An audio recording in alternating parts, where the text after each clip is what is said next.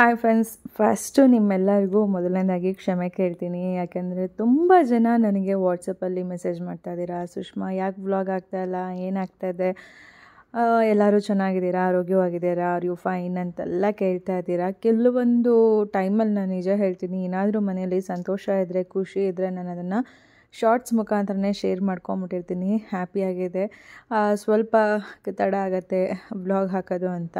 ನಾನು ಕೆಲವೊಂದು ಟೈಮಲ್ಲಿ ಯಾವುದೇ ಶಾರ್ಟ್ಸ್ ಹಾಕಿಲ್ಲ ಅಥವಾ ನಾನು ಏನೂ ರಿಪ್ಲೈ ಮಾಡ್ತಾ ಇಲ್ಲ ಯಾರಿಗೂ. ಅಂದರೆ ನಮ್ಮ ಒಂದು ಸಿಚುವೇಶನ್, ನಾವಿರುವಂತಹ ಒಂದು ಟೈಮ್ ಸರಿ ಇಲ್ಲ ಅಂತ ಹೇಳ್ಬೋದು. ಕೆಲವೊಂದು ವಿಚಾರಗಳನ್ನ ಹೇಳ್ಕೊಳ್ಳೋದ್ರಿಂದ ನಮ್ಮ ದುಃಖ ನೋವು ಕಡಿಮೆ ಆಗುತ್ತೆ ಅನ್ನೋದಿರುತ್ತೆ, ಕೆಲವೊಂದು ಹೇಳ್ಕೊಂಡ್ರೇ ಜಾಸ್ತಿ ಆಗುತ್ತೆ ಅನ್ನೋದು ಕೂಡ ಇರುತ್ತೆ. ಹಾಗಾಗಿ ಕೆಲವೊಂದನ್ನು ಅಷ್ಟಾಗಿ ನಾನು ಹೇಳ್ಕೊಳ್ಳೋದಕ್ಕೆ ಇಷ್ಟಪಡ್ತಾ ಇಲ್ಲ ವ್ಲಾಗಲ್ಲಿ. ಏಕೆಂದರೆ ಇದು ನಮ್ಮ ಮನೇಲೂ ಕೂಡ ಹೇಳ್ಕೊಳ್ಳೋದು ಇಷ್ಟ ಇಲ್ಲ ಯಾರಿಗೂ ಕೂಡ. ಎಲ್ಲರೂ ಹೇಳಿರೋದು ಒಂದೇ, ಏನೂ ಆಗೋದಿಲ್ಲ, ಎಲ್ಲ ಚೆನ್ನಾಗಾಗತ್ತೆ, ಎಲ್ಲನೂ ಒಳ್ಳೆಯದಾಗತ್ತೆ, ಯಾಕೆ ಅದನ್ನು ಹೇಳ್ಕೊಬೇಕು, ಚೆನ್ನಾಗಾದಮೇಲೆ ಹೇಳ್ಕೊಳ್ಳೋಣ, ಸುಮ್ಮನೆ ಅದನ್ನೆಲ್ಲ ಹೇಳ್ಕೊಂಡು ದೊಡ್ಡದು ಅನ್ನೋ ಥರ ಮಾಡೋದು ಬೇಡ ಅನ್ನೋ ಥರನೇ ಅಷ್ಟೇ, ಇನ್ನೇನು ಇಲ್ಲ. ಆಲ್ರೆಡಿ ನಿಮಗೆಲ್ಲರಿಗೂ ಗೊತ್ತಿದೆ, ನಾನು 50K ಸಬ್ಸ್ಕ್ರೈಬರ್ಸ್ ಆಗಿ ಒಂದು ಸೆಲೆಬ್ರೇಷನ್ ಅಂತ ನಾನು ನನ್ನ ಮಕ್ಕಳೇ ಮಾಡಿದಾಗ ಹೇಳಿದ್ದೆ. ನಮ್ಮ ಮನೇಲಿ ಅಮ್ಮ ಫ್ಯಾಮಿಲಿ ಎಲ್ಲ ಒಟ್ಟಿಗೆ ಮಾಡಬೇಕು ಈ ಒಂದು ಹ್ಯಾಪಿ ಮೂಮೆಂಟ್ಸ್ನ ಅಂತ ಅಂದ್ಕೊಂಡಿದ್ದು. ಬಟ್ ಅಮ್ಮ ಮನೆಯಲ್ಲ ಪರಿಸ್ಥಿತಿ ಇಲ್ಲ ಅಂತ, ಅದೇ ಕಾರಣ ನಮ್ಮ ತಂದೆಗೆ ಸ್ವಲ್ಪ ಹುಷಾರಿಲ್ಲದೆ ಇರೋ ಕಾರಣಕ್ಕೆ ಸರಿಯಾಗಿ ವ್ಲಾಗ್ ಮಾಡೋದಕ್ಕೆ ಆಗ್ತಾಯಿಲ್ಲ, ಹಾಕೋದಕ್ಕೂ ಆಗ್ತಾಯಿಲ್ಲ. ಬಟ್ ಏನಾಗಿದೆ ಅಂತ ಎಲ್ಲ ನೀವು ಕೇಳ್ತೀರಾ. ಎಷ್ಟೋ ಜನ ನನ್ನನ್ನು ಹಾಸ್ಪಿಟಲ್ ಹತ್ರ ನೋಡಿದ್ದೀರಾ, ಅಮ್ಮನೂ ಕೂಡ ಮಾತಾಡ್ತಿದ್ದೀರಾ, ನನ್ನೂ ಕೂಡ ನೋಡಿ ವಾಟ್ಸಪ್ಪಲ್ಲಿ ಮೆಸೇಜ್ ಹಾಕಿದ್ದೀರಾ, ಸುಷ್ಮಾ ನೀವು ಇಲ್ಲಿದ್ರಿ, ಏನಾಯಿತು, ಯಾರಿಗೇನಾಯಿತು, ಎಲ್ಲರೂ ಚೆನ್ನಾಗಿದ್ದೀರಾ ಅಂತ. ನಾರ್ಮಲಿ ವಯಸ್ಸಾಗ್ತಾ ಸಾಮಾನ್ಯವಾಗಿ ಆರೋಗ್ಯದಲ್ಲಿ ವ್ಯತ್ಯಾಸ ಆಗೇ ಆಗುತ್ತೆ. ಆ ರೀತಿಯಾಗಿ ನಮ್ಮ ತಂದೆಗೆ ಆಗಿರೋದ್ರಿಂದ ಅವ್ರ ಕಡೆ ಸ್ವಲ್ಪ ಗಮನ ಜಾಸ್ತಿ ಇದೆ. ಅವ್ರನ್ನ ನೋಡುವಂಥದ್ದು, ಅವರಿಗೆ ಊಟ ಇದೆಲ್ಲ ಇರುತ್ತಲ್ಲ ಫ್ರೆಂಡ್ಸ್. ಒಂದು ವಯಸ್ಸಾದವರು ಸ್ವಲ್ಪ ಹಾಸ್ಪಿಟ್ಲಿಗೆ ಸೇರಿಕೊಂಡ್ರು ಅಂತಂದರೆ ಅವ್ರ ಕಡೆ ಸ್ವಲ್ಪ ಗಮನ ಜಾಸ್ತಿ ಇದ್ದೇ ಇರುತ್ತೆ ಎಲ್ಲರಿಗೂ ಕೂಡ. ಹಾಗಾಗಿ ಅದನ್ನೆಲ್ಲ ವ್ಲಾಗ್ ಮಾಡಿಕೊಂಡು ನಾನು ನಮ್ಮ ತಂದೆ ಹೀಗಿದ್ದಾರೆ, ಈ ಥರ ಇದೆ, ಅದೆಲ್ಲ ತೋರ್ಸೋದಕ್ಕಾಗಲಿ ಅದನ್ನು ಹೇಳ್ಕೊಳಕ್ಕಾಗಲಿ ಅದು ಯಾವುದೂ ಇಷ್ಟಪಡಲ್ಲ. ಅವರು ಕಂಪ್ಲೀಟ್ ಹುಷಾರಾಗಿ ಅವರು ಚೇತರಿಸ್ಕೊಂಡು ಚೆನ್ನಾಗಾದಮೇಲೆ ನಾನು ಅವ್ರನ್ನ ವ್ಲಾಗಲ್ಲಿ ತೋರ್ಸೋದಕ್ಕಾಗಲಿ ಹೇಳ್ಕೊಳ್ಳೋದಕ್ಕಾಗಲಿ ಇಷ್ಟಪಡ್ತೀನಿ. ಇಷ್ಟು ದಿನ ಬ್ರೇಕ್ ತೊಗೊಳ್ಳೋದಕ್ಕೆ ಕಾರಣವೇ ಈ ಒಂದು ವಿಚಾರ. ಈಗ ನನ್ನ ಎಲ್ಲ ಕೆಲಸಗಳು ಕೂಡ ಮುಗೀತು. ಈಗ ಕೆಳಗಡೆ ಹೋಗಬೇಕು. ಕೆಳಗಡೆ ಇವತ್ತು ಕೆಲಸ ತುಂಬಾ ಇದೆ. ಅಂದರೆ ಮೆಂತ್ಯ ಮುದ್ದೆ ಹಿಟ್ಟು ಪ್ರಿಪೇರ್ ಮಾಡಬೇಕು, ರಾಗಿ ಮಾಲ್ಟ್ ಪ್ರಿಪೇರ್ ಮಾಡಬೇಕು, ಮಿಲ್ಕ್ ಮಾಲ್ಟ್ ಪ್ರಿಪೇರ್ ಮಾಡಬೇಕು, ಮಸಾಲ ಸಾಂಬಾರು ಪುಡಿನೂ ಕೂಡ ಪ್ರಿಪೇರ್ ಮಾಡಬೇಕು. ಎಲ್ಲ ಐಟಮ್ಸ್ ಇವತ್ತು ಪ್ರಿಪೇರ್ ಆಗಬೇಕು. ಬಟ್ ಇವತ್ತು ಟೈಮ್ ತುಂಬ ಆಗೋಗ್ಬಿಟ್ಟಿದೆ. ಯಾಕಂದರೆ ನನಗೆ ಯಾವಾಗಲೂ ಕೆಲಸಕ್ಕೆ ಬರೋವಂಥವ್ರು ಮಧ್ಯಾಹ್ನ 1 ಗಂಟೆ ಮೇಲೆ ಬರ್ತೀವಿ ಸುಷ್ಮಾ ಅಂತ ಹೇಳಿದ್ದಾರೆ. ಏಕೆಂದರೆ ಅವ್ರಿಗೆ ಸ್ವಲ್ಪ ಕೆಲಸಗಳೆಲ್ಲ ಇದೆಯಂತೆ, ಎಲ್ಲ ಮುಗಿಸ್ಕೊಂಡು ಮಧ್ಯಾಹ್ನ ಬರ್ತೀವಿ. ಇವತ್ತು ಎಷ್ಟಾಗತ್ತೆ ಅಷ್ಟು ಮಾಡಿ ನಾಳೆ ಉಳಿದಿದ್ದು ಮಾಡೋಣ ಅಂತ ಹೇಳಿದ್ದಾರೆ. ಹಾಗಾಗಿ ಸರಿ ಓಕೆ ಆಯಿತು, ಊಟ ಮಾಡ್ಕೊಂಡು ಒಟ್ಟಿಗೆ ಬಂದುಬಿಡ್ತೀವಿ ಅಂತ ಹೇಳಿದ್ರು. ಅವರು ಬಂದಮೇಲೆ ಕೆಲಸ ಶುರು ಮಾಡೋದು. ನಂದು ಸ್ವಲ್ಪ ಕೆಳಗಡೆ ಅದು ಇದು ಕೆಲಸ ಇತ್ತು. ಅಂದರೆ ಏನು ಐಟಮ್ಸ್ ಎಲ್ಲ ನಾವು ಏನು ಪ್ರಿಪೇರ್ ಮಾಡ್ತೀವಿ, ಎಷ್ಟು kg ಪ್ರಿಪೇರ್ ಮಾಡ್ತೀವಿ, ಎಷ್ಟು ಆರ್ಡ್ರಸ್ ಇದೆ ಎತ್ತ ಎಲ್ಲನೂ ಕೂಡ ನಾನು ನೋಡ್ಕೋಬೇಕಾಗತ್ತೆ. ಎಲ್ಲನೂ ನೋಡ್ಕೊಂಡು ಮೇಂಟೈನ್ ಮಾಡೋದು, ಮ್ಯಾನೇಜ್ ಮಾಡೋದು ಎಲ್ಲ ಥರ ಕೆಲಸಗಳು. ಹಾಗಾಗಿ ಸ್ವಲ್ಪ ಕೆಲಸ ಇತ್ತು. ಆನಂತರ ನನ್ನ ಫ್ರೆಂಡ್ ಒಬ್ಬರು ಬಂದಿದ್ದರು. ತುಂಬ ದಿನ ಆಗಿತ್ತು ಅವ್ರು ಬಂದು. ಇನ್ನು ಬಂದಾಗ ಮಾತಾಡಿದೆ, ಇಲ್ಲ ನಮ್ಮ ಕೆಲಸ ಇದೆ ನೀವು ಬೇಗ ಹೋಗಿ ಅಂತ ಹೇಳೋಕ್ಕೂ ಆಗಲ್ಲ.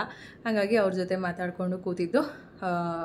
ಆಮೇಲೆ ಅವ್ರು ಹೋದ್ಮೇಲೆ ಕೆಲಸಗಳು ಮಾಡ್ಕೊಂಡಿದ್ದಾಯಿತು. ಹೀಗೆ ಏನೋ ಕೆಲಸದ ಮೇಲೆ ಬಂದಿದ್ರು ಅಂತ ಹೇಳಿದ್ರು. ಬೆಳಗ್ಗೆನೂ ಕೂಡ ಏನೋ ಕೆಲಸಗಳು ಇವತ್ತು ಬೇಗ ಆಗಲೇ ಇಲ್ಲ. ಒಂದೊಂದ್ಸರಿ ಹಾಗೆ ಏನಾದರೂ ಒಂದು ಕೆಲಸ ಮಾಡಬೇಕು ಅಂತ ಅಂದ್ಕೊಂಡಾಗ ಯಾವಾಗಲೂ ಲೇಟೆ, ಬೇಗ ಆಗೋದಿಲ್ಲ. ಇವತ್ತು ಹಾಗೆ ಆಯಿತು. ಹಾಗಾಗಿ ಬೆಳಗ್ಗೆ ತಿಂಡಿ ಊಟ ಎರಡೂ ಒಂದೇ ಸರಿ ತಿನ್ಕೊತಾ ಇದ್ದೀನಿ. ಉಪ್ಪಿಟ್ಟು ಮಾಡಿಬಿಟ್ಟಿದೆ ಬೆಳಗ್ಗೆ. ಆ ಉಪ್ಪಿಟ್ಟಿಗೆ ಇವಾಗ ಇದ್ಕಿದ ಬೇಳೆ ಸಾಂಬಾರು ಹಾಕ್ಕೊಂಡು ತಿಂತಾಯಿದ್ದೀನಿ. ಮಧ್ಯಾಹ್ನಕ್ಕೆ ಅದೇ ಸಾಂಬಾರು ಕೂಡ ಇದೆ. ಇನ್ನು ಹೋಗ್ಬಿಟ್ಟು ಕೆಳಗಡೆ ಎಲ್ಲ ಸ್ವಲ್ಪ ಕ್ಲೀನಿಂಗ್ ಕೆಲಸ ಇದೆ. ಅವ್ರು ಬರೋ ಅಷ್ಟರಲ್ಲಿ ಎಲ್ಲ ಕ್ಲೀನಿಂಗ್ ಕೆಲಸ ಮಾಡಿ ಮುಗಿಸೋಣ. ಇವತ್ತಿನ ಡೇ ಹೇಗೆ ಹೋಗುತ್ತೆ ಏನೋ ಎತ್ತಾ ನಿಜ ಗೊತ್ತಿಲ್ಲ. ಒಟ್ಟು ಬ್ಲಾಗ್ ಶುರು ಮಾಡಿದ್ದೀನಿ. ಯಾಕಂದರೆ ಹೇಗಿರುತ್ತೆ ಸುಷ್ಮಾ ಡೇ ಬ್ಲಾಗ್, ಯಾಕೆ ಅಪ್ಲೋಡ್ ಮಾಡಿರೋದಿಲ್ಲ ಅಂತ ಒಂದು ಕಡೆ ಎಲ್ಲ ಒಬ್ಬೊಬ್ಬರು ಬೈತೀರಾ, ತುಂಬ ಕೇರ್ಲೆಸ್ ಜಾಸ್ತಿ ಆಗಿದೆ ನಿಮಗೆ ಸುಷ್ಮಾ ಅಂತ. ಕೇರ್ಲೆಸ್ ಅಲ್ಲ, ನೀವೇ ನೋಡಿ ಗೊತ್ತಾಗುತ್ತೆ ಹೇಗಿರುತ್ತೆ ನನ್ನ ಒಂದು ಸಿಚುವೇಶನ್ ಅಂತ. ಇಂಥ ಟೈಮಲ್ಲಿ ವ್ಲಾಗ್ ಮಾಡಿ ಶೇರ್ ಮಾಡಿಕೊಂಡ್ರೆ ಕೆಲವೊಬ್ರು ಅದಕ್ಕೂ ಬೈತಾರೆ ಅನ್ನೋ ಒಂದು ಇದಕ್ಕಷ್ಟೇ.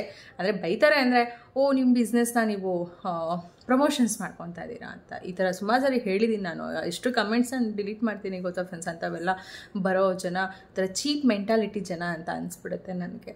ಆ ಥರ ಕಮೆಂಟ್ ಮಾಡೋರಿಗೆ. ಹಂಗಾಗಿ ಆದಷ್ಟು ಕೆಲಸನ ಸ್ವಲ್ಪ ತೋರಿಸ್ಕೊಳ್ತಾ ಇಲ್ಲ ವೀಡಿಯೋದಲ್ಲಿ.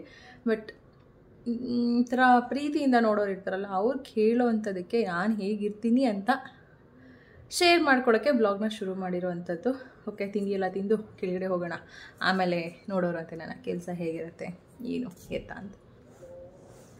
ಸಂಕ್ರಾಂತಿ ಹಬ್ಬದ ವ್ಲಾಗಲ್ಲೇ ಹೇಳಿದ್ದೆ, ಇನ್ಮೇಲೆ ಕರೆಕ್ಟಾಗಿ ವ್ಲಾಗ್ ಹಾಕ್ತೀನಿ. ಸುಷ್ಮಾ ಕರೆಕ್ಟಾಗಿ ವ್ಲಾಗ್ ಹಾಕ್ತಾಯಿಲ್ಲ ಅಂತ ಎಷ್ಟೋ ಜನ ನೀವು ನನ್ನನ್ನು ಮರ್ತುಬಿಟ್ಟಿದ್ದೀರಾ, ಇನ್ಮೇಲೆ ಹಾಕ್ತೀನಿ ಅಂತ ಅಂದ್ಕೊಳ್ತಾ ಇದ್ದ ಹಾಗೆ ಮತ್ತೆ ನಮಗೆ ಹಾಕದೇ ಇರುವಂಥ ಪರಿಸ್ಥಿತಿ ಬಂದುಬಿಡ್ತು. ನಿಮಗೆ ಗೊತ್ತಿರುತ್ತೆ ಅಲ್ವಾ ಯಾವ ರೀತಿಯಾಗಿರುತ್ತೆ ಸಿಚುವೇಶನ್, ಅದನ್ನು ನಿಭಾಯಿಸೋದಾಗ್ಬೋದು ಅಥವಾ ನಮಗೆ ನಾವು ಧೈರ್ಯ ತೊಗೊಳೋದಾಗ್ಬೋದು, ಎಲ್ಲನೂ ಕೂಡ. ಬಟ್ ಏನೂ ಆಗಲ್ಲ ಅನ್ನೋದೊಂದು ಗೊತ್ತಿರುತ್ತೆ, ನಂಬಿರ್ತೀವಿ, ಎಲ್ಲನೂ ಕೂಡ ದೇವ್ರ ಮೇಲೆ ಭಾರ ಹಾಕ್ತೀವಿ. ಯಾಕಂದರೆ ನಾನು ಯಾವಾಗಲೂ ಹೇಳ್ತಾ ಇದ್ದೆ ಅಲ್ವಾ, ಕಷ್ಟ ಏನೇ ಬಂದರೂ ದೇವರು ಮನುಷ್ಯನಿಗೆ ಕೊಡೋದು, ಇನ್ಯಾರಿಗೆ ಕೊಡೋಕ್ಕೆ ಸಾಧ್ಯ, ಅದನ್ನು ನಾವು ಹೇಗೆ ಅದನ್ನು ಎದುರಿಸ್ಕೋಬೇಕು, ಅದು ಹೇಗೆ ಎದುರಿಸಿ ನಿಲ್ಲಬೇಕು, ಹೇಗೆ ಅದನ್ನು ನಾವು ಅದರಿಂದ ನಮ್ಮ ಧೈರ್ಯವಾಗಿ ನಾವು ಹೇಗೆ ನಿಂತ್ಕೋಬೇಕು ಅನ್ನೋದೆಲ್ಲ ಸಹಜ. ಮನುಷ್ಯನಿಗೆ ಈ ಥರದ್ದೆಲ್ಲ ಸಮಯ ಸಂದರ್ಭ ನಾನಂತೂ ನೋಡಿಬಿಟ್ಟಿದ್ದೀನಿ. ಇದು ನನಗೆ ಹೊಸ್ತು ಅಂತ ಏನು ಅನಿಸೋದಿಲ್ಲ. ನನ್ನ ಫ್ಯಾಮಿಲಿಲಿ ನನ್ನ ಮದುವೆ ಆಗ್ತಾ ಇದ್ದಂಗೆ ನಮ್ಮ ಮನೆಯವ್ರ ಫ್ಯಾಮಿಲಿಲಿ ನೋಡಿದ್ರಿಂದ ನನಗೆ ಈಗ ನಮ್ಮ ತಂದೆಗೆ ಹುಷಾರಿಲ್ಲ ಹೀಗೆ ಅಂತ ಅಂದಾಗ ಏನು ಸಾಧ್ಯ, ಏನು ಮಾಡೋದಕ್ಕೆ ಸಾಧ್ಯ ಎಲ್ಲ ಮಾಡೋಣ, ಏನೂ ಆಗೋದಿಲ್ಲ, ಆರೋಗ್ಯವಾಗಿ ಅವರು ಬಂದೇ ಬರ್ತಾರೆ, ಚೆನ್ನಾಗಿ ಆಗೇ ಆಗ್ತಾರೆ ಅಂತಲೇ ಅಂದ್ಕೊಂಡಿರೋದಷ್ಟೇ. ಅದು ಬಿಟ್ಟರೆ ಇನ್ನೇನು ಇಲ್ಲ ಫ್ರೆಂಡ್ಸ್. ಸ್ವಲ್ಪ ಅದು ಏನು ಅಂತಂದರೆ ಕೆಲಸ, ನೀವೇ ನೋಡ್ತಾ ಇದ್ದೀರಾ. ಈ ವ್ಲಾಗ್ ಬಂದು ನಾನು ಮಾಡಿ ಹಬ್ಬ ಆಗಿದ್ದ ನೆಕ್ಸ್ಟ್ ಡೇಯಲ್ಲೆಲ್ಲ ವ್ಲಾಗ್ನ ಮಾಡಿದ್ದಂಥದ್ದು. ಆನಂತರ ನನಗೆ ವ್ಲಾಗ್ ಮಾಡೋಕ್ಕೆ ಆಗಿಲ್ಲ. ಯಾಕಂದರೆ ಏನಂತ ಮಾಡಲಿ, ನಿಮಗೆ ಏನಂತ ಹೇಳಲಿ, ದಿನ ಬೆಳಗ್ಗೆ ಆಯಿತು ಅಂದರೆ ಮಕ್ಕಳಿಗೆ ತಿಂಡಿ ಕೊಟ್ಟು ಎಲ್ಲ ಮಾಡಿ ಆಮೇಲೆ ಹಾಸ್ಪಿಟಲ್ಗೆ ಹೋಗೋದು, ಮತ್ತು ಅಲ್ಲಿಂದ ಸಂಜೆ ಬರೋದು, ಮತ್ತು ಮನೇಲಿ ಇಲ್ಲಿ ಏನಿದೆ ಕೆಲಸ ನೋಡೋದು, ಮತ್ತು ಅದ್ರ ಜೊತೆಗೆ ನನ್ನ ಒಂದು ಮಾಲ್ಟ್. ಯಾಕಂದರೆ ನಾವು ಅಪ್ಪಂಗೆ ಹುಷಾರಿಲ್ಲ ಹೀಗೆ ಅಂತ ಹೇಳಿ ಕೂತ್ಕೊಳ್ಳೋದಕ್ಕೂ ಆಗೋದಿಲ್ಲ. ನಮ್ಮಮ್ಮ ಅದನ್ನೇ ಹೇಳ್ತಾ ಇರ್ತಾರೆ, ಯಾವುದೇ ಕಾರಣಕ್ಕೂ ಯಾವುದನ್ನು ಕೆಲಸಗಳನ್ನ ಬಿಡಬಾರ್ದು, ನಿಮ್ಮ ಕೆಲಸ ನೀವು ಮಾಡ್ಕೋಬೇಕು. ಅದ್ರ ಪಾಡು ಅದಾಗದಾಗ್ತಾ ಇರುತ್ತೆ. ಯಾವುದೇ ವಿಚಾರಗಳು ಏನೇ ಆದರೂ ಅಷ್ಟೇ, ಯಾರಿಗೇನೇ ಆದರೂ ಕೂಡ ದಿನ ಸೂರ್ಯ ಮುಳುಗೋದಾಗಲಿ ಚಂದ್ರ ಬರೋದಾಗಲಿ ಅದು ಸಹಜವಾಗಿ ಅವರ ಕೆಲಸ ಅವ್ರು ಮಾಡಬೇಕಾದ್ರೆ ಅದ್ರ ಮಧ್ಯದಲ್ಲಿ ಏನು ನಡೀತಾ ಇರುತ್ತೆ ಅದ್ರ ಜೊತೆಗೆ ಎಲ್ಲ ಕೆಲಸಗಳನ್ನ ಮಾಡ್ಕೊಂಡು ನಾವು ಹೋಗ್ತಾ ಇರಬೇಕು, ಒಂದರಲ್ಲೇ ಕೂರಬಾರ್ದು ಅಂತ. ಹಾಗಾಗಿ ನನಗೆ ಅದು ಟೈಮ್ ಸಾಕಾಗಿಲ್ಲ.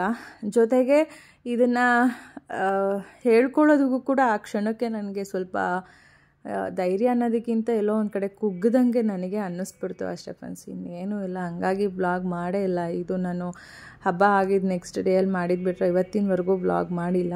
ಆದಷ್ಟು ಟ್ರೈ ಮಾಡ್ತಾಯಿದ್ದೀನಿ ವ್ಲಾಗ್ಗಳು ಮಾಡೋದಕ್ಕೆ. ನಮ್ಮ ಮನೇಲಿ ಅಮ್ಮ ಅದೇ ಹೇಳ್ತಾ ಇದ್ದಾರೆ, ಅಪ್ಪ ನಿಮ್ಮಪ್ಪ ಕೇಳ್ತಾ ಇದ್ದಾರೆ, ಯಾಕೆ ಅವಳು ವ್ಲಾಗೇ ಮಾಡ್ತಾಯಿಲ್ಲ ಇತ್ತೀಚೆಗೆ, ಏನಾಗಿದೆ, ನನಗೆ ಆರಾಮಾಗೆ ಇದ್ದೀನಲ್ವಾ, ವ್ಲಾಗ್ ಮಾಡೋಕ್ಕೆ ಹೇಳು, ಇವಳು ಇದರಲ್ಲೇ ಟೆನ್ಷನ್ ಆಗಿಬಿಟ್ರೆ ಆಮೇಲೆ ಅವ್ರಿಗೆ ಗೊತ್ತು ಅಪ್ಪನಿಗೆ ನಾನು ತುಂಬ ಟೆನ್ಷನ್ ಮಾಡ್ಕೊತೀನಿ ಯಾವುದೇ ವಿಚಾರ, ಅದು ತುಂಬ ಯೋಚನೆ ಮಾಡಿಬಿಡ್ತೀನಿ. ಅದರಲ್ಲಂತೂ ನಮ್ಮಪ್ಪ ಅಮ್ಮ ಅಂದರೆ ಒಂಥರ ಫೀಲ್ ಅದು. ನಾನು ಎಷ್ಟೇ ಅಪ್ಪನಿಗೆ ಎಷ್ಟೋ ಸರಿ ಅಂತ ಇರ್ತೀನಿ, ನೀವು ತುಂಬ ಸ್ಟ್ರಿಕ್ಟು, ನೀವು ಹಿಂಗೆ ಮಾಡಿದ್ರಿ ಹಂಗೆ ಮಾಡಿದ್ರಿ ಅಂತ ಎಷ್ಟೇ ಅವ್ರ ಮೇಲೆ ನಾನು ಏನೇ ಕೂಗಾಡಿದ್ರು, ಅವ್ರಿಗೆ ಒಂದು ಸಣ್ಣ ಜ್ವರ ಬಂತು ಅಂದರೂ ನನ್ನ ಕೈಲಿ ತಡ್ಕೊಳಕ್ಕಾಗೋದಿಲ್ಲ.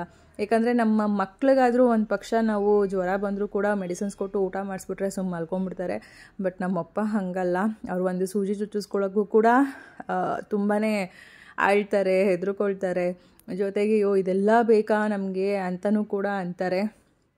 ಹಾಗಾಗಿ ನನಗೆಲ್ಲೋ ಒಂದು ಕಡೆ ನಮ್ಮಪ್ಪ ಆ ಥರ ಒಂದು ಇಂಜೆಕ್ಷನ್ಗೆ ಅಥವಾ ಒಂದೇನೋ ಹಾಸ್ಪಿಟ್ಲು ಅಂತ ಅಂದರೆ ಅವರು ನಡ್ಕೊಳ್ಳೋ ರೀತಿಗೆ ನಂಗೆ ಅದ್ರ ಬಗ್ಗೆ ಜಾಸ್ತಿ ಗಮನ ಐತೆ ಹೊರತು ಈ ವ್ಲಾಗ್ ಮಾಡಬೇಕು ವೀಡಿಯೋ ಮಾಡಬೇಕು ಇದ್ರ ಬಗ್ಗೆ ಯಾವುದು ಜ್ಞಾನನೇ ಇರಲಿಲ್ಲ. ಬಟ್ ಈಗ ನಮ್ಮ ಮನೇಲೇ ನೀನು ಸ್ವಲ್ಪ ನಿನ್ನ ಕೆಲಸದ ಕಡೆ ಗಮನ ಕೊಡು, ನಿನ್ನ ಆರೋಗ್ಯದ ಕಡೆ, ನಿನ್ನ ಮನೆ ಕಡೆ ನೀನು ನೋಡು, ಇವೆಲ್ಲ ಸಹಜ ಆಗ್ತಾ ಇರುತ್ತೆ, ಬರ್ತಾ ಇರುತ್ತೆ, ಹೋಗ್ತಾ ಇರುತ್ತೆ, ಇದೇನು ಹೊಸದಲ್ವಲ್ಲ. ನಾನು ಅಮ್ಮ ಹೇಳೋದದೇ, ಇದನ್ನು ಹೊಸದಲ್ಲ, ನೀನು ಎಷ್ಟು ನಿನ್ನ ಕೆಲಸದಲ್ಲಿ ನೀನು ಬ್ಯುಸಿಯಾಗಿರ್ತೀಯ ಅಷ್ಟು ಇದೆಲ್ಲನೂ ಕೂಡ ಮರಿಬೋದು ಅಂತ. ಹಾಗಾಗಿ ಓಕೆ, ಲಾಸ್ಟು ಮಾಡಿದೊಂದು ವ್ಲಾಗ್ ಏನಿತ್ತು ಅದಕ್ಕೆ ಒಂದು ಸ್ವಲ್ಪ ವಾಯ್ಸ್ ಓವರ್ ಕೊಟ್ಟು ನಿಮ್ಮ ಜೊತೆ ಶೇರ್ ಮಾಡಿಕೊಂಡು ಆನಂತರ ನೆಕ್ಸ್ಟು ಇನ್ನೊಂದು 2-3 ದಿನ ನಾನು ಟೈಮ್ ತೊಗೊಂಡು ಆಮೇಲೆ ವ್ಲಾಗ್ನ ಮಾಡೋಣ ಅಂತ ಅಂದ್ಕೊಂಡಿದ್ದೀನಿ. ನಿಮ್ಮೆಲ್ಲರ ಒಂದು ಪ್ರೀತಿಯ ವಿಶ್ವಾಸ ನಮ್ಮ ತಂದೆ ಮೇಲೆ ಇರಲಿ, ಅವ್ರು ಆದಷ್ಟು ಬೇಗ ಹುಷಾರಾಗಲಿ ಅನ್ನೋದಷ್ಟೇ ನಾನು ಹೇಳ್ಕೊಳ್ಳೋದಕ್ಕೆ ಕೇಳೋದಕ್ಕೆ ಇಷ್ಟಪಡ್ತೀನಿ. ನನಗೇನಂದರೆ ಎಷ್ಟೇ ನೋವಿರ್ಬೋದು, ಎಷ್ಟೇ ಬೇಜಾರಾಗ್ಬೋದು, ಎಷ್ಟೇ ಅಳು ಬರ್ಬೋದು, ಬಟ್ ನನಗೆ ಅದನ್ನು ಯಾರ ಮುಂದೆನಾದರೂ ಅದನ್ನು ತೋರಿಸ್ಕೋಬೇಕು ಅಂದರೆ ಸ್ವಲ್ಪ ಕಷ್ಟ ನನಗೆ. ಒಬ್ಬಳೇ ಇದ್ದಾಗ ನಾನು ಎಷ್ಟು ಬೇಕಾದರೂ ಹತ್ಬಿಡ್ತೀನಿ, ಅಥವಾ ಈ ಥರ ಆ ನೋವನ್ನ ಪಟ್ಬಿಡ್ತೀನಿ. ಬಟ್ ಅದನ್ನು ಎಲ್ಲರ ಎದುರುಗಡೆ ತೋರಿಸ್ಕೊಂಡು ಅಳೋದು ಮಾಡೋದು ಅದೆಲ್ಲ ಇಲ್ಲ. ಯಾಕಂದರೆ ನಾವೆಷ್ಟು ಸ್ಟ್ರಾಂಗ್ ಆಗಿರ್ತೀವಿ ಅನ್ನೋದು ನಮ್ಮ ಮಕ್ಕಳು ನೋಡ್ತಾ ಇರ್ತಾರಲ್ವ, ನಮ್ಮನ್ನು ನೋಡಿ ಅವ್ರು ಕಲಿಬೇಕು. ಇವತ್ತು ನಾವಿರೋ ಪರಿಸ್ಥಿತಿಲಿ ನೆಕ್ಸ್ಟ್ ನಮ್ಮ ಮಕ್ಕಳೂ ಕೂಡ ಬರಬೇಕಾಗತ್ತೆ. ಅದನ್ನು ಹೇಗೆ ಅವರು ನಿಭಾಯಿಸ್ಬೇಕು ಅನ್ನೋದನ್ನು ಕೂಡ ನಾವು ನಮ್ಮ ಮಕ್ಕಳಿಗೆ ಹೇಳ್ಕೊಡ್ಬೇಕಾಗತ್ತೆ. ಈಗಿನ ಕಾಲದಲ್ಲಿ ಒಂಥರ ಹೆಂಗೆ ಅಂದರೆ ನಮ್ಮ ಜೀವನ ಪುನೀತ್ ರಾಜ್ಕುಮಾರ್ ಸರ್ ಅವ್ರು ತೀರ್ಕೊಂಡಾಗಲೇ ನಾವು ತಿಳ್ಕೊಂಬಿಡ್ಬೇಕು ಅನ್ನೋದಷ್ಟೇ. ನಾನು ಇನ್ನೇನು ಹೇಳೋದಿಲ್ಲ. ಅಷ್ಟು ಚೆಂದ ಇರೋ ಮನುಷ್ಯ ಹಾಗಿರ್ಬೇಕಾದ್ರೆ ನಾವು ವಯಸ್ಸಾಗ್ತದೆ ಸಣ್ಣ ಪುಟ್ಟ ಆರೋಗ್ಯದಲ್ಲಿ ವ್ಯತ್ಯಾಸ ಇದ್ದೇ ಇರುತ್ತಲ್ವ, ಅಷ್ಟೇ ಹೇಳೋದಕ್ಕೆ ಇಷ್ಟಪಡೋದು. ಇದಿಷ್ಟು ಏನೇನೋ ನಡೆದೋಯ್ತು ಫ್ರೆಂಡ್ಸ್, ಅದೆಲ್ಲ ಸರಿ ಹೋಗಲಿ, ಹೋದ್ಮೇಲೆ ಹೇಳ್ತೀನಿ. ಈಗ ಟೈಮ್ ಬಂದು ನಾನೇನು ಮಾಡ್ತಾಯಿದ್ದೀನಿ ಅಂದರೆ ಕಂಪ್ಲೀಟ್ ನೋಡ್ತಾ ಇದ್ದೀರಲ್ಲ, ಕೆಳಗಡೆ ಬಂದು ನನ್ನ ಕೆಲಸದಲ್ಲಿ ಬ್ಯುಸಿ ಆಗಿದ್ದೀನಿ. ಯಾಕಂದರೆ ನನಗೆ ಕೊಟ್ಟಿರೋಂಥ ಕೆಲಸ ನೀವೆಲ್ಲರೂ ಕೂಡ ನೀವು ಕೊಡುವಂತಹ ಕೆಲಸದಲ್ಲಿ ನಾನು ಹೇಗಿರ್ತೀನಿ ಅನ್ನೋದನ್ನು ಒಂದು ಶೇರ್ ಮಾಡ್ಕೋಬೇಕಾಗಿತ್ತು. ಯಾಕಂದರೆ ಸುಮಾರು ಜನಕ್ಕೆ ಒಂದು ಕನ್ಫ್ಯೂಷನ್ ಇರುತ್ತೆ, ಇವ್ರು ಹೇಗೆ ಮಾಡ್ತಾರೋ ಏನು ಮಾಡ್ತಾರೋ ಅಂತ. ಇದು ಕಂಪ್ಲೀಟ್ ಡೀಟೇಲ್ಸ್ ನಾನು ಹೇಳಿದ್ದೀನಿ, ತೋರಿಸಿದ್ದೀನಿ. ಎಷ್ಟೇ ಆರ್ಡರ್ಸ್ ಬರಲಿ, ಅದು ಏನೇ ಬರಲಿ, ನಾನು 2 ದಿನ ಮುಂದೆ ಹಾಕಿದರೂ ಕೂಡ ನಾನು ಮಾಡುವಂತಹ ಕೆಲಸ ಮಾಡಿನೇ ಆನಂತರ ನಿಮಗೆಲ್ಲರಿಗೂ ಕೂಡ ಒಂದು ಪ್ರಾಡಕ್ಟ್ ತಲುಪೋದು. ಫೈನಲಿ ಕ್ಲೀನಿಂಗ್ ಕೆಲಸ ಮುಗೀತು. ನಂದಿಷ್ಟು ಕೆಲಸ ಇರುತ್ತೆ ಅವರು ಬರುವಷ್ಟರಲ್ಲಿ. ನನ್ನ ಏನೇನು ಕೆಲಸ ಇರುತ್ತೆ ಎಲ್ಲನೂ ಇದರ ಸುಮಾರು ತೊಳೆಯೋದೆಲ್ಲ ಇದೆ. ಇವಾಗ ರಾಗಿನ ಫಸ್ಟು ಒಣಗಾಕ್ಬಿಟ್ಟು ಆಮೇಲೆ ನೆಕ್ಸ್ಟು ಸ್ವಲ್ಪ ಕೂತ್ಕೊತೀನಿ. ಯಾಕಂದರೆ ಬ್ಯಾಕ್ ಟು ಬ್ಯಾಕ್ ಒಂದೇ ಸರಿ ಕೆಲಸ ಮಾಡೋಕ್ಕೆ ಹೋಗೋದಿಲ್ಲ. ಏನೇನು ಬೇಕೋ ಎಲ್ಲ ರೆಡಿ ಮಾಡಿ ಅಲ್ಲಿಟ್ಬಿಟ್ಟು ಆನಂತರ ಮತ್ತೆ ಕ್ಲೀನಿಂಗ್ಗೆ ಬರೋದು. ಇಲ್ಲಿ ಯಾವುದೇ ರೀತಿಯಾದಂಥ ಬಾತ್ರೂಮ್ ಅಲ್ಲ, ಜಸ್ಟ್ ಇದು ಒಂದು ವಾಷಿಂಗ್ ಪರ್ಪಸ್ ಆಗಿ ಮಾಡ್ಕೊಂಡಿರೋದು. ಟ್ಯಾಪ್ ಒಂದು ಹಾಕ್ಸಿದ್ದೀವಿ ಅಷ್ಟೇ. ಇಲ್ಲಿ ಯಾವುದೋ ಕಮೋಡ್ ಆಗಲಿ ಇದಾಗಲಿಲ್ಲ ಆ ಥರದ್ದು. ನಮ್ಮ ಮನೆಗೆ ಇಲ್ಲಿಗೆ ಕೆಲಸಕ್ಕೆ ಬರೋದು ಯಾವುದೇ ಏನೇ ಇದ್ದರೂ ನಮ್ಮ ಮನೆಗೆ ಹೋಗ್ತಾರೆ ಹೊರತು ಇಲ್ಲಿನಿ ಕಮೋಡ್ ಗಿಮೋಡ್ ಇಲ್ಲದೆ ಇರೋದ್ರಿಂದ ಜಸ್ಟ್ ವಾಷಿಂಗ್ ಪರ್ಪಸ್ ಅಷ್ಟೇ ಟ್ಯಾಪ್ ಹಾಕ್ಸಿರೋವಂಥದ್ದು. ಬಿಟ್ಟರೆ ಇನ್ನೇನಿಲ್ಲ. ಫೈನಲಿ ಇದು ಎಲ್ಲ ಕ್ಲೀನ್ ಮಾಡಿದ್ದಾಯಿತು. ಈ ಥರ ಒಂದು ಕೆಳಗಡೆ ಬಾಕ್ಸ್ ಇಟ್ಟು ಅದ್ರ ಮೇಲೆ ಈ ಥರದ್ದಿಟ್ಟು ನಾನು ತೊಳೆದ್ಬಿಟ್ಟು ಇಟ್ಬಿಟ್ಟಿರ್ತೀನಿ. ಏನಂದರೆ ನನಗೆ ಒಂದು ಸ್ವಲ್ಪ ಕೆಲಸ ಎಲ್ಲ ಮುಗಿಸೋಷ್ಟರಲ್ಲಿ ಏನಾಗುತ್ತೆ, ನೀರು ತುಂಬ ಸೋರಿರುತ್ತೆ. ಏನಾದರೂ ನೀರು ಒಳಗಡೆ ಇರುತ್ತಲ್ಲ ಅದೆಲ್ಲ ಕಂಪ್ಲೀಟ್ ಸೋರಿರುತ್ತೆ ನೀರು. ಆಮೇಲೆ ಇದನ್ನು ಒಣಗಾಕಿದ್ರೆ 1-2 ಡೇಸಲ್ಲೆಲ್ಲ ಒಣಗೋಗ್ಬಿಡುತ್ತೆ ಅಷ್ಟೇ. ಆ ಥರ ಇನ್ನೊಂದು ಸ್ವಲ್ಪ ರಾಗಿ ಎಲ್ಲ ಇನ್ನೂ ತೊಳೆಯೋದು ತುಂಬಾ ಇದೆ, ತೊಳಿಬೇಕು. ಅಷ್ಟರಲ್ಲಿ ಒಂಚೂರು ಎಲ್ಲ ಪ್ರಿಪೇರ್ ಮಾಡಿ ಇಟ್ಬಿಟ್ಟು ಮಾಡೋಣ. ಇವತ್ತು ನನ್ನದೇ ಆದಂಥ ಈ ಒಂದು ಕೆಲಸ ಇರೋದ್ರಿಂದ ನನ್ನ ದಿನ ಹೇಗೆ ಹೋಗ್ತಾ ಇದೆ, ಅಥವಾ ನಾನು ಹೇಳ್ದಾಗೆ ನಮ್ಮ ತಂದೆ ತಾಯಿಗಾಗಲಿ ಯಾವುದಕ್ಕೆ ಆಗಲಿ ನಾನು ಖರ್ಚು ಮಾಡಬೇಕು ಅಂತಂದರೆ ನನ್ನ ದುಡ್ಡಲ್ಲಿ ನಾನು ಏನಾದರೂ ಮಾಡಬೇಕು ಅನ್ನೋ ಒಂದು ಆಸೆ ಏನಿತ್ತು ಅದು ನನಗೆ ಇವತ್ತು ಬಹಳ ಖುಷಿ ಕೊಡ್ತಾ ಇದೆ. ಯಾಕಂದರೆ ಯಾವುದೇ ಇದಕ್ಕಾಗಲಿ ನಮ್ಮದು ಅನ್ನೋದು ಒಂದು ದುಡಿಮೆ ಇದ್ದರೆ ಅಥವಾ ನಮ್ಮ ಒಂದು ಅರ್ನಿಂಗ್ಸ್ ಅಂತ ಇದ್ದರೆ ಅದರಲ್ಲಿ ನಾವು ಏನೋ ಒಂದು ನಾವು ಮಾಡಿದ್ರು ಅದರಲ್ಲಿ ಕೊಡುವಂತಹ ಖುಷಿ ಸಂತೋಷ ಬೇರೆ ಯಾವುದ್ರಲ್ಲೂ ಕೊಡೋಲ್ಲ ಅಂತ ಹೇಳೋದಕ್ಕೆ ಇಷ್ಟಪಡ್ತೀನಿ. ಯಾಕಂದರೆ ಇವತ್ತು ನನಗೆ ಅನ್ನಿಸ್ತಾ ಇದೆ, ನಾನು ಕೆಲಸ ಮಾಡಿ 1 ವರ್ಷ ಏನು ನಾನು ನನ್ನದೇ ಆದಂಥ ಒಂದು ಬಿಸ್ನೆಸ್ನ ನಾನು ಮಾಡಿಕೊಂಡೆ. ಇವತ್ತು ಅದರಿಂದ ಎಷ್ಟು ಉಪಯೋಗ ಆಗ್ತಾ ಇದೆ, ಎಷ್ಟು ಅದರಿಂದ ನನಗೆ ಖುಷಿ ಕೊಡ್ತಾ ಇದೆ ಅಂತ. ಜೊತೆಗೆ ಇನ್ನು ಮುಂದೆ ಕರೆಕ್ಟಾಗಿ ಬ್ಲಾಗ್ ಹಾಕಲ್ವಾ ಸುಷ್ಮಾ ಅಂತ ನೀವೆಷ್ಟೋ ಜನ ಕೇಳ್ತಾ ಇರ್ತೀರ. ಹಾಕ್ತೀನಿ, ಸ್ವಲ್ಪ ಸಮಯ ಬೇಕು. ಯಾಕಂದರೆ ನಾವೇ ಕೆಲವೊಂದು ವಿಚಾರದಲ್ಲಿ ತುಂಬಾ ಆಘಾತದಲ್ಲಿ ಇರೋದಂತೂ ಸತ್ಯ. ಆದರೆ ಅದನ್ನು ನನಗೆ ವಿಡಿಯೋ ಮುಂದೆ ಹೇಳ್ಕೊಳ್ಳೋದು, ಅಳೋದು ಅಥವಾ ಏನೋ ಆಗಿಬಿಟ್ಟಿದೆ ಅಂತ ಥಿಂಕ್ ಮಾಡೋದು ಆ ಥರದ್ದೆಲ್ಲ ನನಗೆ ಇಷ್ಟ ಇಲ್ಲ. ಅದನ್ನೆಲ್ಲ ನಿಮ್ಮ ಮುಂದೆ ಆ ಥರ ಕೂತ್ಕೊಂಡು ಹೇಳ್ಕೊಳ್ಳೋಕ್ಕೂ ನನಗೆ ಮನಸ್ಸಿಲ್ಲ. ಆ ಟೈಮ್ ಬಂದಾಗ ಖಂಡಿತ ನಿಮ್ಮ ಹತ್ರ ಹೇಳ್ಕೊತೀನಿ. ಅಲ್ಲಿವರೆಗೂ ಸ್ವಲ್ಪ ನನಗೆ ಟೈಮ್ ಕೊಡಿ. ಫೈನಲಿ ಮಸಾಲ ಸಾಂಬಾರು ಪೌಡರು ರೆಡಿಯಾಗಿರೋ ಅಂಥದ್ದು ರೆಡಿ ಆಯಿತು. ಇದನ್ನು ಮಿಲ್ಲಿಗೆ ಕಳಿಸಿ ತಣ್ಣಗಾಕಿಟ್ಟಿದ್ದೀವಿ. ಕರೆಂಟ್ ಬಂದಮೇಲೆ ಇದನ್ನು ಜಡಿ ಹಿಡಿದು ಪ್ಯಾಕಿಂಗ್ ಮಾಡಬೇಕು. ಅದ್ರ ಜೊತೆಗೆ ಇದು ಬಂದು ಮಲ್ಟಿಗ್ರೇನ್ ಮಿಲೆಟ್ಸ್ ಮಾಲ್ಟಿಗೆ ಇದು ಕೂಡ ಪ್ರಿಪೇರ್ ಆಗಿದೆ. ಏನಿದ್ರು ಬೆಳಗ್ಗೆ ಇದನ್ನು ಮಿಲ್ಲಿಗೆ ಕಳಿಸ್ಬೇಕು, ಯಾಕಂದರೆ ತುಂಬ ಬಿಸಿ ಇದೆ. ಹಾಗಾಗಿ ಜೊತೆಗೆ ರಾಗಿ ಎಲ್ಲ ತೊಳೆದಿದ್ದೆಲ್ಲ ಒಣಗಾಕಿದಾಗಿದೆ.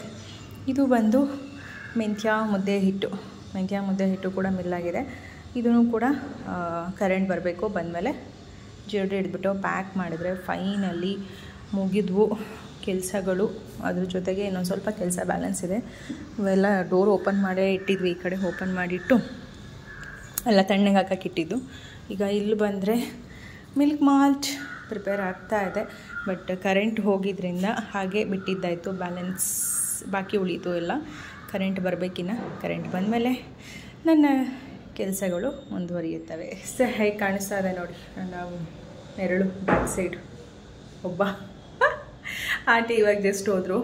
ಕರೆಂಟ್ ಬಂದಮೇಲೆ ಬರ್ತೀನಿ ಬಿಡಮ್ಮ, ಇನ್ನೇನು ಇವಾಗ ಕತ್ಲೆಲ್ಲಿ ಮಾಡೋದು ಅಂತ. ಈ ಕತ್ಲೆ ಹೆಂಗೂ ಗೊತ್ತು, ನಾನು ಕೂಡ ಎಲ್ಲ ಹೋಗ್ಬಿಟ್ಟು ಮೇಲ್ಗಡೆ ಮಕ್ಕಳನ್ನೆಲ್ಲ ಮಾತಾಡ್ಸ್ಕೊಂಬರೋಣ. ಬೆಳಗ್ಗೆಯಿಂದ ಇಲ್ಲೇ ಇದ್ದೀನಿ, ಹೋಗೇ ಇಲ್ಲ ಮನೆಗೆ. ಮಕ್ಕಳು ಬಂದಿದ್ದು ಕೂಡ ಮಾತಾಡ್ಸೋಕ್ಕೂ ಟೈಮ್ ಇಲ್ಲ, ಅಷ್ಟು ಕೆಲಸ ಆಯಿತು ಇವತ್ತು. ಹೀಗೆ ಫ್ರೆಂಡ್ಸ್ ಇದ್ದೇ ಇರುತ್ತೆ, ಯಾವ ಲೆವೆಲಿಗೆ ಕೆಲಸ ಇರುತ್ತೆ ಅಂತ ಹೇಳೋಕ್ಕೆ ಸಾಧ್ಯನೇ ಇಲ್ಲ. ಫೈನಲಿ ಇವಾಗ ಸ್ವಲ್ಪ ಮೇಲೆ ಹೋಗ್ಬಿಟ್ಟು ರೆಸ್ಟ್ ಮಾಡಿ ಆಮೇಲೆ ಬರ್ತೀನಿ. ಕರೆಂಟ್ ಬಂದಮೇಲೆ ಬಂದು ಕೆಲಸನ ಮುಂದುವರಿಸ್ತೀನಿ. ಆದರೆ ಬ್ಲಾಗ್ನ ಕಂಟಿನ್ಯೂ ಮಾಡ್ತೀನಿ. ನೋಡೋಣ ಮನೇಲಿ ಹೋಗಿ ಏನು ಮಾಡಿದ್ದಾರೆ ಅಂತ ಎಲ್ಲ ನೋಡಬೇಕಲ್ಲ.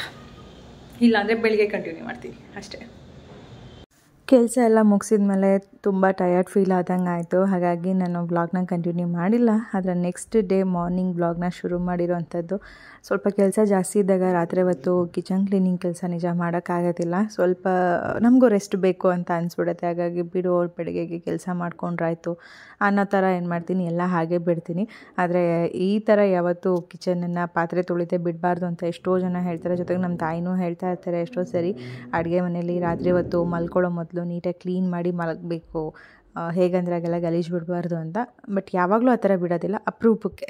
ಹಾಗಾಗಿ ಬೆಳಿಗ್ಗೆ ಎದ್ದು ಕಂಪ್ಲೀಟ್ ಕ್ಲೀನಿಂಗ್ ಕೆಲಸ ಎಲ್ಲ ಮಾಡಿ ಮುಗಿಸಿ ಆನಂತರ ಮಕ್ಕಳಿಗೆ ಬ್ರೇಕ್ಫಾಸ್ಟ್ನ ರೆಡಿ ಮಾಡ್ತಿರೋವಂಥದ್ದು. ಇವತ್ತು ಮಕ್ಕಳು ಪಾಲಕ್ ಪನ್ನೀರ್ ಕೇಳಿದರು.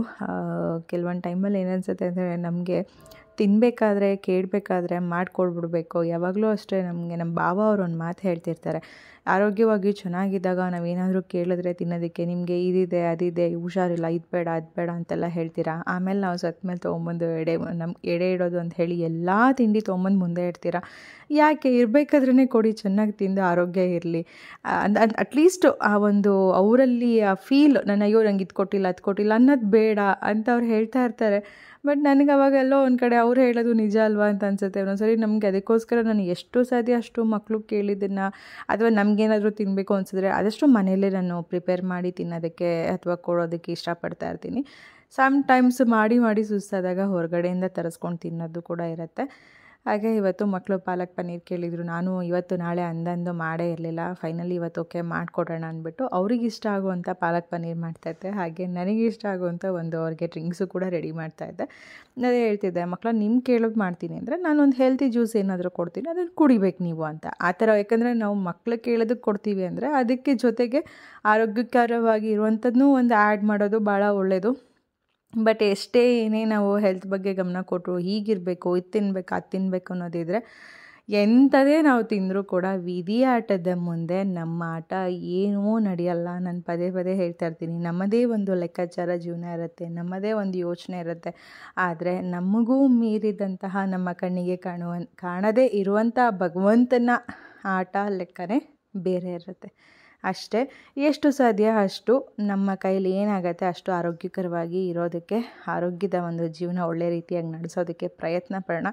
ಅದಕ್ಕೂ ಮೀರಿ ಏನೇ ಬಂದರೂ ಅದು ಆ ದೇವ್ರ ಇಚ್ಛೆ ಅಂತ ಹೇಳೋದಕ್ಕೆ ಇಷ್ಟಪಡ್ತೀನಿ ಅಷ್ಟೇ. ಹಾಗಾಗಿ ಇವತ್ತು ನೆಲ್ಲಿಕಾಯಿ ಜ್ಯೂಸ್ ಮಾಡಿದ್ದೆ. ನೆಲ್ಲಿಕಾಯಿಗೆ ಜ್ಯೂಸಿಗೆ ನಾನು ತುಂಬ ಸಿಂಪಲ್ ಸೋಂಪು, ಮೆಣಸು, ಜೊತೆಗೆ ಒಂದೆರಡು ಪುದೀನ ಎಲೆ, ಹಾಗೆ ಕ್ಯಾರೆಟು ಇಲ್ಲ ಬೀಟ್ರೋಟು ಈ ಥರದ್ದು ಏನಾದರೂ ಒಂದು ತರಕಾರಿನೂ ಕೂಡ ಆ್ಯಡ್ ಮಾಡಿಬಿಟ್ಟು ಅವ್ರಿಗೆ ನೆಲ್ಲಿಕಾಯಿ ಜೊತೆ ಜ್ಯೂಸ್ ಮಾಡಿ ಕೊಡ್ತೀನಿ. ಜ್ಯೂಸ್ ಮಾಡಿ ಇಟ್ಟಿದ ನಂತರ ಈಗ ಇಲ್ಲಿ ಪಾಲಕ್ ಪನ್ನೀರ್ಗೂ ಕೂಡ ರೆಡಿ ಮಾಡ್ಕೊತಾ ಇದ್ದೀನಿ. ಅಂದರೆ ಹಿಂದಿನ ದಿನ ಏನು ನಾನು ಮಸಾಲ ಸಾಂಬಾರು ಪೌಡರ್ ಪ್ರಿಪೇರ್ ಮಾಡಿದ್ದೆ, ಅದು ಸುಮಾರು ಆರ್ಡರ್ ಇತ್ತು. ಅದ್ರದ್ದು ಏನೇ ಪೌಡರ್ ಮಾಡಿದರೂ ನಾನು ಆ ಪೌಡರಿಂದನೇ ಈ ಥರ ಗ್ರೇವಿಗಳಿಗೆಲ್ಲದಕ್ಕೂ ಬಳಸ್ಕೊಳ್ತಾ ಇರ್ತೀನಿ. ಎಲ್ಲದಕ್ಕೂ ಯೂಸ್ ಆಗುತ್ತೆ. ನೀವು ಬರೀ ಮೊಳಕೆ ಕಾಳು ಸಾರು ಅಥವಾ ನಾನ್ ವೆಜ್ ಸಾಂಬಾರು ಈ ಥರ ಎಲ್ಲ ಮಾಡಬೇಕು ಅಂದ್ರೇ ಯೂಸ್ ಮಾಡಬೇಕು ಅನ್ನೋಂಗಿಲ್ಲ. ಈ ಥರ ಗ್ರೇವಿ ಅಥವಾ ಬಿರಿಯಾನಿ ಈ ಥರ ಎಲ್ಲ ಏನೇ ಮಾಡಬೇಕಾದ್ರೂ ನೀವು ಒಂದೊಂದು ಸ್ಪೂನ್ ಇದನ್ನು ಆ್ಯಡ್ ಮಾಡಿದ್ರೆ ಒಂದು ಆ ಟೇಸ್ಟು ಅರೋಮನೆ ಬೇರೆ ಥರ ಇರುತ್ತೆ ಅಂತ ಹೇಳೋದಕ್ಕೆ ಇಷ್ಟಪಡ್ತೀನಿ. ಅದು ಟ್ರೈ ಮಾಡಿದವ್ರಿಗೆ ಮಾತ್ರ ಗೊತ್ತಿದೆ, ಯಾಕಂದರೆ ಅವ್ರು ಮಾತ್ರ ಪದೇ ಪದೇ ಹೇಳಿ ತರಿಸ್ಕೊಳ್ತಾ ಇರ್ತಾರೆ. ನನ್ನ ವ್ಲಾಗ್ ಹಾಕೋದು ಕಡಿಮೆ ಆಗಿದೆ ಹೊರತು ಫ್ರೆಂಡ್ಸ್, ನಾನು ಮಾಡ್ತಾ ಇರುವಂತಹ ಕೆಲಸ ನಿಂತಿಲ್ಲ. ಎಷ್ಟು ಜನ ಆರ್ಡರ್ ಕೊಡ್ತಾ ಇದ್ದೀರಾ, ಹೀಗೆಲ್ಲ ಕೆಲಸ ನಡೀತಾ ಇದೆ, ಅದು ಹಾಗೇ ನಡೀತಾ ಇದೆ, ಹಾಗೇ ನಿಮಗೆ ತಲುಪಿಸ್ತಾ ಇದ್ದೀನಿ. ಬಟ್ ಈ ಒಂದು ವಾರದಲ್ಲಿ ಕೆಲವೊಂದು ಮಿಸ್ಟೇಕ್ ಆಗಿದೆ, ಅಂದರೆ ಕೊರಿಯರ್ ತಲುಪೋದು ಕೆಲವೊಂದು ಲೇಟ್ ಆಗಿದೆ ಅಷ್ಟೇ. ಅಷ್ಟು ಬಿಟ್ಟರೆ ಕೆಲಸ ಮಾತ್ರ ನಿಂತಿಲ್ಲ, ಹಾಗೆ ಕೆಲಸ ನಡೀತಾ ಇದೆ. ಏನದು ಕುಯ್ಕೊಂಡಿರೋದು ಕತ್ತತ್ರ ಇಷ್ಟುದ್ದ ಕುಯ್ಕೊಂಡವನೆ? ಅದ್ ಯಾವ್ದು ನೀವು ಇದ್ರಲ್ಲಿ ಇದಿಟ್ಟಿದೆಲ್ಲ ಇಟ್ಕೊಂಡು ಆಟ ಆಡ್ತಿದ್ದ? ಅದನ್ನ ನನಗೆ ಕಟ್ ಮಾಡಕ್ ತಗೊಂಡ್ಬಂದಿದ್ದಲ್ಲ. ಓಕೆ ಫ್ರೆಂಡ್ಸ್, ಇವಾಗ ಮತ್ತೆ ಬ್ಲಾಗ್ ಕಂಟಿನ್ಯೂ ಮಾಡ್ತಾ ಇದ್ದೀನಿ. ಟೈಮ್ ಬಂದು 1:40 ಆಗಿದೆ. ಹೆಂಗಾಯಿತು ಟೈಮ್ ಅಂತಲೇ ಗೊತ್ತಾಗಲ್ಲ, ಅಷ್ಟು ಬೇಗ ಪಟ ಮುಗಿದೋಗುತ್ತೆ. 1:40 ಕಾಣಿಸಲ್ಲ ನಿಮಗೆ, 1:40 ಆಯಿತು ಟೈಮು. ಇನ್ನೂ ನನ್ನ ಕೆಲಸಗಳು ಮುಗ್ದಿಲ್ಲ. ಜಸ್ಟ್ ಇವಾಗ ಬಂದೆ ಕೆಳಗಡೆ. ಆಂಟಿ ಅವರು ಫೋನ್ ಮಾಡಿದರು, ಅಂದರೆ ಇವಾಗ ಬಂದು ಅವರು ಜರಡಿ ಹಿಡಿದು, ಒಬ್ಬರು ಜರಡಿ ಹಿಡಿತಾರೆ, ಒಬ್ಬರು ಪ್ಯಾಕಿಂಗ್ ಮಾಡ್ಕೊತಾರೆ. ಹಾಗೆ ನನ್ನ ಕೆಲಸ ಬಂದು ಬೇಬಿ ಸರಿನೂ ಕೂಡ ಪ್ರಿಪೇರ್ ಮಾಡಬೇಕು. ಇವಾಗ ನಾಳೆ ಮಾಡೋಣ, ಇವತ್ತು ಮಾಡೋಣ ಯೋಚನೆ ಮಾಡ್ತಾಯಿದ್ದೀನಿ. ಜೊತೆಗೆ ಚಕ್ಲಿ ಹಿಟ್ಟು, ನಿಪ್ಪಟ್ಟು ಹಿಟ್ಟು ಕೂಡ ಪ್ರಿಪೇರ್ ಮಾಡಬೇಕು. ಅದಕ್ಕೆ ಅವ್ರು ಆಂಟಿ ಹೇಳ್ತಾಯಿದ್ರು, ಬೇಗ ಪ್ಯಾಕಿಂಗ್ ಎಲ್ಲ ಮುಗಿದ್ರೆ ನಾವೇ ಮಾಡ್ಕೊಟ್ಬಿಡ್ತೀವಿ ಬಿಡಮ್ಮ ಚಕ್ಲಿ ನಿಪ್ಪಟ್ಟು 2 ಹಿಟ್ಟು, ನಾಳೆ ಬೇಕಾದರೆ ಬೇಬಿ ಸರಿ ಮಾಡಿದ್ರೆ ಆಯಿತು ಅಂತ. ಬೇಬಿ ಸರಿ ನಾನೇ ಮಾಡೋದಲ್ವ, ಅದಕ್ಕೆ ಮಾಡಿದ್ರೆ ಆಯಿತು ಅಂತ ಅಂತಿದ್ದಾರೆ. ಇವಾಗ ಒಂದು ಸ್ವಲ್ಪ ಬಂದು ಇದರ ಮೇಲೆ ಮುಚ್ಚಿಟ್ಟಿದ್ದಂಥ ವೇಲೆಲ್ಲ ತೆಗೆದು ಸೈಡ್ ಇಟ್ಟೆ ಇವಾಗ, ಯಾಕಂದರೆ ಏನಾದರೂ ಬಿದ್ದುಬಿಡುತ್ತೆ ಅನ್ನೋ ಒಂದು ಭಯಕ್ಕೆ ಮೇಲೆ ಮುಚ್ಚಿಟ್ಟಿರ್ತೀನಿ.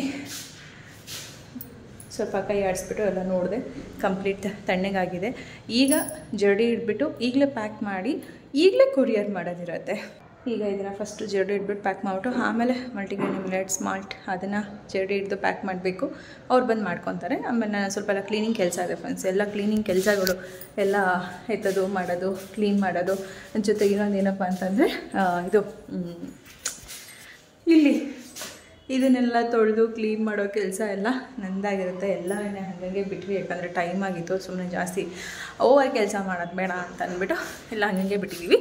ಈಗ ಇದನ್ನು ಕೂಡ ಕಂಪ್ಲೀಟ್ ಕ್ಲೀನ್ ಮಾಡಬೇಕು, ಇದು ಕೂಡ ಕೆಲಸ ಮಾಡಬೇಕು. ಹೀಗೆ ಸುಮಾರು ಕೆಲಸಗಳು ಇದೆ. ಈ ರೀತಿ ಬ್ಯುಸಿಯಾಗಿ ಇರ್ತೀವಿ. ಈಗ ಕ್ಲೀನ್ ಎಲ್ಲ ಮಾಡೆಲ್ಲ ಆದಮೇಲೆ ವ್ಲಾಗ್ನ ಮಾಡೋಕ್ಕೆ ಶುರು ಮಾಡ್ತೀವಿ. ಯಾಕಂದರೆ ವ್ಲಾಗ್ ಮಾಡೋಕ್ಕೆ ಶುರು ಮಾಡಿದ್ರೆ ಏನಾಗುತ್ತೆ, ನಾವು ಕ್ಯಾಮ್ರಾ ಸೆಟ್ ಮಾಡಿ ಅದು ಬರ್ತಾ ಇದೆಯಾ, ಮರ್ಚ್ ಆಯಿತಾ, ಬ್ಲ್ಯಾಕ್ ಆಯಿತಾ, ಇವೆಲ್ಲ ನೋಡ್ಕೊಂಡು ಕೆಲಸ ಮಾಡೋಕ್ಕಾಗಲ್ಲ. ಕೆಲಸ ಮಾಡಬೇಕಂದ್ರೆ ಪಟಾಪಟ್ ಮಾಡಬೇಕು. ಈಗ ಕಂಪ್ಲೀಟ್ ಕವರ್ ಮಾಡ್ಕೊಂಡು ಎಲ್ಲನೂ ಮಾಡಬೇಕು. ಇವಾಗ ಏನು ಗೊತ್ತಾ, ಜಡಿ ಹಿಡಿಯೋರ್ಗೂ ಕನ್ನಡಕ ಕೊಟ್ಬಿಡ್ತೀನಿ. ಫುಲ್ ಕನ್ನಡಕ ಹಾಕ್ಕೊಂಡ್ಬಿಟ್ಟು, ಯಾಕಂದರೆ ಆ ಹಿಟ್ಟು ಕಣ್ಣಿಗೆಲ್ಲ ಹೋಗೋದು ಬೇಡ ಅನ್ನೋ ಒಂದು ಕಾರಣಕ್ಕೆ ಫುಲ್ ಕಣ್ಣಿಗೆ ಕನ್ನಡಕ ಹಾಕ್ಕೊಂಡು ಮಾಸ್ಕ್ ಹಾಕ್ಕೊಂಡು ಫುಲ್ ಪ್ಯಾಕ್ ಆಗಿ ಮಾಡೋವಂಥ ಕೆಲಸ ಮಾಡೋಣ ಪಟ ಅಂತ.